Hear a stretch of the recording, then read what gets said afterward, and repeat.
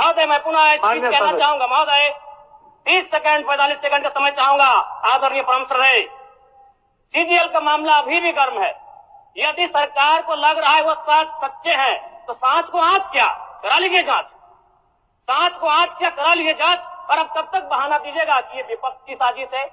विपक्ष के सारे पे छात्र सड़कों पे नहीं है, सपने टूट रहे हैं, सपने नेशनल नाबूद हो रहे हैं, इसीलिए छात्र सड़कों पर है। और याद रखिएगा, उनके सपनों के बीच कोई आएगा, पहाड़ आए, दरिया आए या चट्टान आए, छात्र टकराएंगे। महोदय मैं फिर कहूंगा, यदि आप सच है तो सच को आंच क्या कराइए जांच, सीजीएल की जांच हो। मैं पुनः कहूंगा, खतियान आधारित स्थानीय नीति, विस्थापन नीति पुनः समीक्षा करते हुए लागू कैसे हो उस दिशा में राज्य बढ़ना चाहिए। महोदय, राज्यपाल महोदय ने अपने अभिभाषण में शहीदों का जिक्र किया, शहीदों के विचारों को आत्मसात करने का जिक्र किया, लेकिन मैं कहना चाहता हूं कि शहीदों के उन्हें माला चढ़ाना, उनके विचारों को आत्मसात करने से कहीं ज्यादा जरूरी है शहीदों को सम्मान देना।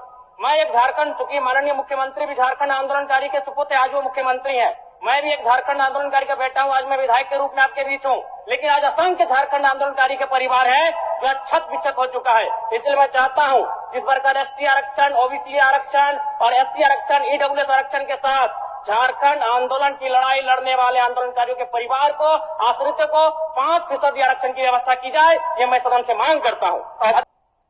माननीय राज्यपाल के अभिभाषण क्रम संख्या 6 में केंद्र सरकार से 1,36,000 करोड़ वापस लाने की बात कही है और सही भी है, और हर एक राज्य को उसका बाकी पैसा मिलना चाहिए, उनका हक मिलना चाहिए।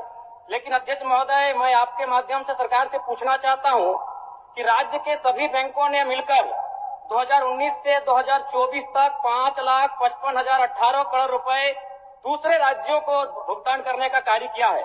बैंक में जो पैसा डिपॉजिट होता है वो दूसरे स्टेट को जाता है, और अगर अभी देखा जाए तो झारखंड का सीडी रेशियो मात्र 36% है, जबकि आप तुलनात्मक अध्ययन करें तो आंध्र प्रदेश का सीडी रेशियो 110 के आसपास होता है, तमिलनाडु का सीडी रेशियो 115 के आसपास होता है।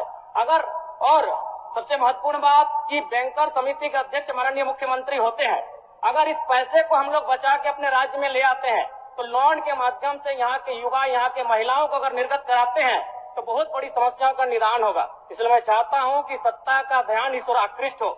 अध्यक्ष महोदय, थोड़ा सा और समय लूंगा। अब हो गया जयराम, जब सरकार का उत्तर होना है, अब सरकार फिर बाद में फिर सेकंड पारी में मौका मिलेगा। मान्यवर 30 सेकंड, मान्यवर 30 सेकंड। चलिए बोल लीजिए।